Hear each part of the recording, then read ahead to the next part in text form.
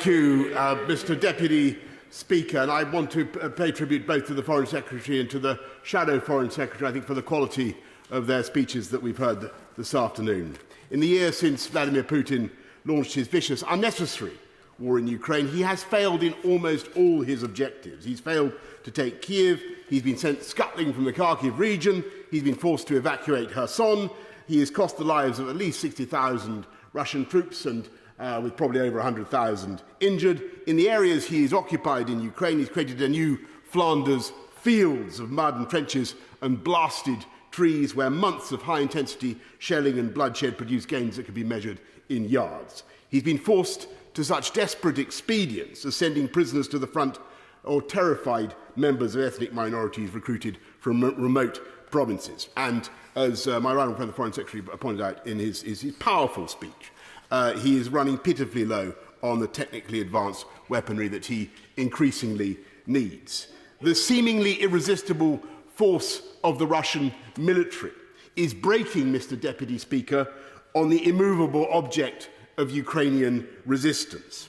And we in this House remain lost in our admiration for the Ukrainians, for their heroism and for the continued inspiration that they are given by President Volodymyr Zelensky.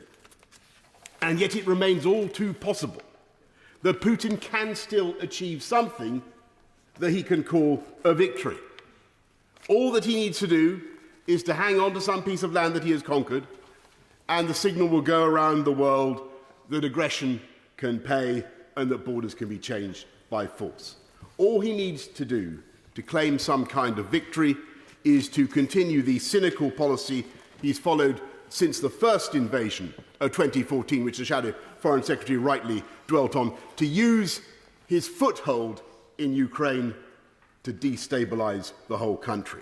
Unless he's purged from Ukrainian territory, he will twist his knife in the wound.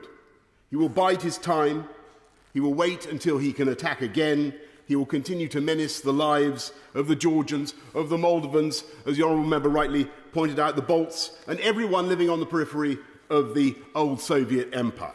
Unless he's finally defeated in Ukraine, Putin's revanchist ambitions will be unchecked, and that is why it is so crucial that we now accelerate our support for Ukraine and give them the tools to finish the job. We can all be proud of what the governments, successive governments, have done to help the Ukrainians, and their armed forces continue to fight like lions, and it is they who deserve the credit. But be in no doubt, Western equipment has been invaluable. And the story of the last 12 months is that sooner or later, having exhausted all the other options, we give them what they need, from anti-tank missiles to HIMARS to tanks. And so if that is the choice, sooner or later, then for heaven's sake, let's give these weapons sooner. It's absurd for Western supporters to keep asking the Ukrainians, as they were pressed at the Munich Security Conference, how long is this going to take? The answer to that question is to a large extent determined by us. It is a fine thing that we finally promised tanks, but there is no conceivable ground for delay in getting them to Ukraine. We need those machines, Abrahams, Challengers, Leopards, to make a real difference in real time in the next few weeks, not next year. It's admirable that we're proposing to train Ukrainian fighters to fly NATO fast jets. I hear the caution of my honourable friend. But it's curious that we're doing this before we've even taken the decision in principle to give them the planes. Let's cut to the chase and give them the planes too. And if the House was in any doubt about the urgency of increasing our supply of equipment to the Ukrainians, it is becoming ever clearer that China is preparing to arm the Russians. The Ukrainians have shown what they can do. They have the élan and the courage to sweep Putin from their lands, and they have the inestimable psychological advantage that they are fighting for hearth and home. With the right kit, including more long-range artillery, they can punch through the land bridge, cut off Crimea, and deal a knockout blow to Putin's plans. And they should not stop there. it is time for us all to end our obfuscation about what we think of as a Ukrainian victory and what we think of as Ukraine. The Ukrainians need to be helped to restore not just the borders of February the 24th last year, but the 1991 borders on which they voted for independence.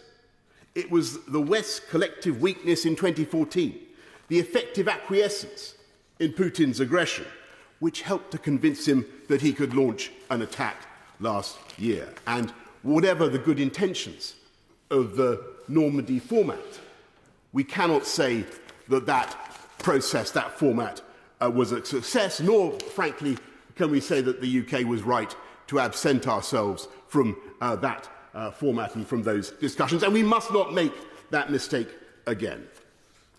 After a year of slaughter, we need to be doing more collectively to show the people of Russia what they are losing by Putin's misrule. We should be tightening the sanctions on oil and gas wherever we can. And what I hear the arguments that members are making about the need to use frozen assets, whatever the complexities, I think the House deserves to hear those arguments properly thrashed out. We should be making it clear to Putin's entire war machine, as well as the regime in the Kremlin, that they will be held to account for their crimes, the torture, rape and indiscriminate killing that they have sponsored. We must show them the mills of justice grind slowly, but they grind small.